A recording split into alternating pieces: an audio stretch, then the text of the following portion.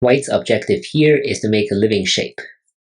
White already has a real eye here and must find another one here on the side. But it seems like white will be short, right? If you try something like this, white will fail very easily. And if white simply tries to occupy black's liberty from the outside, then nothing will happen here either. So that's why white still need to use these dead stones to try to make something happen, or at least occupy black's liberties in a way that makes it tighter. So it might be thinking about this move, but actually doesn't really work. Again, this shape is not enough. What white can do, however, is this bend. If black blocks here, now white gets to play 2 Atari moves at 3 and 5. And number 7 will build another VOI.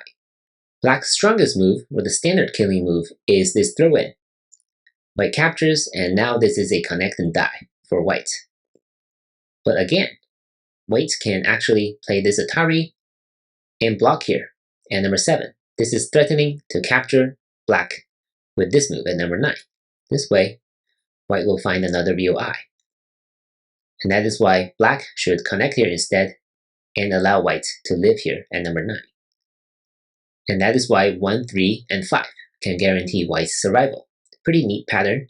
Even when your stones are dead, you should still think about how to use them in a way that can be productive. And this problem is a very good example of that. Hope you enjoyed this challenge, and I'll see you in the next one. Thank you for watching.